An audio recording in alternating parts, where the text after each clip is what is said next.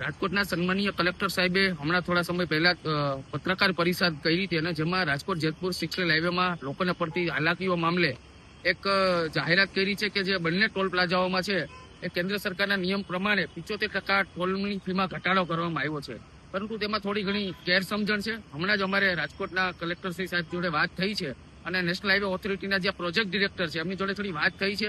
થોડીક એવી મિસઅન્ડરસ્ટેન્ડિંગ થઈ છે કે ખરેખર નેશનલ હાઈવે ઓથોરિટીના 2008ના ફી રેગ્યુલેશનના નિયમ મુજબ 25% જેટલી જ રાહત આપવામાં આવી છે અને જે 2 મહિના અગાઉ જ જે માત્ર 10 રૂપિયા જેટલો ઘટાડો એટલે કે 25% જેટલી રાહત આપવામાં આવી હતી. એટલે થોડીક ગેરસમજણ છે અને તમામ અનેક મીડિયાના અહેવાલોની અંદર 75%ની રાહતના અમને ફોન આવી રહ્યા છે, પરંતુ વાસ્તવિકતા એવું છે કે 25% ફીની રાહત જે ટોલની ફીમાંથી એ મહિના અગાઉ જ કરી દીધેલી હતી. અમારી જનહિત હાઈવે આંદોલન સમિતિની જે અમારી માંગ છે કે જ્યાં સુધી હાઈવેની સંપૂર્ણ કામગીરી પૂરી ન થાય ત્યાં સુધી ટોલની ફીમાંથી સંપૂર્ણપણે મુક્તિ આપવામાં આવે, બંને ટોલ પ્લાઝા દૂર કરવામાં આવે અને અમારી આ માંગણી જ્યાં સુધી સ્વીકારાશે નહીં ત્યાં સુધી અમે આગામી દિવસોમાં અમારું આંદોલન ચાલુ જ રહેવાનું છે.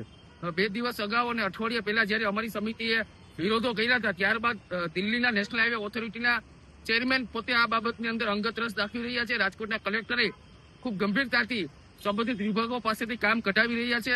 લગભગ 3 જેટલા બ્રિજો 2 દિવસની અંદર ખોલવાના છે હાઈવે પર. ટ્રાફિકનો જે જામની જે સમસ્યા હતી એમાં માર્શલો મૂક્યા, ટ્રાફિક પોલીસને દોડાવી અને ટ્રાફિકની સમસ્યામાંથી વાહન ચાલકોને મહદ અંશે રાહત મળી તે ખૂબ જ આવકારદાયક છે. પરંતુ અમારી માંગણી જ્યાં સુધી નહીં સ્વીકારાય ત્યાં સુધી અમે અલગ અલગ પ્રકારના જેમ કે 10,000 જેટલા રાજકોટવાસીઓ અને સૌરાષ્ટ્રવાસીઓ પાસેથી વાહન અને માર્ગ અને પરિવહન મંત્રાલય અને નેશનલ હાઈવે ઓથોરિટીને મેલ કરાવવાના છે. આ હાઈવે ઉપર ધરણાના પ્રદર્શન કરવાના છે, ટોલ ઉપર પત્રિકાનું વિતરણ કરવાના છે, અલગ અલગ જે અસરગ્રસ્ત તાલુકાની અંદર આવેદનપત્ર આપવાના છે અને હાઈવે ચક્કાજામ જેવા કાર્યક્રમો એ આગામી અમારી રણનીતિ હશે. જ્યાં સુધી રોલ નહીં ત્યાં સુધી ટોલ નહીં, આ અમારી સૂત્ર આગામી દિવસોની અંદર સાર્થક કરીને જ રહેવાના છે.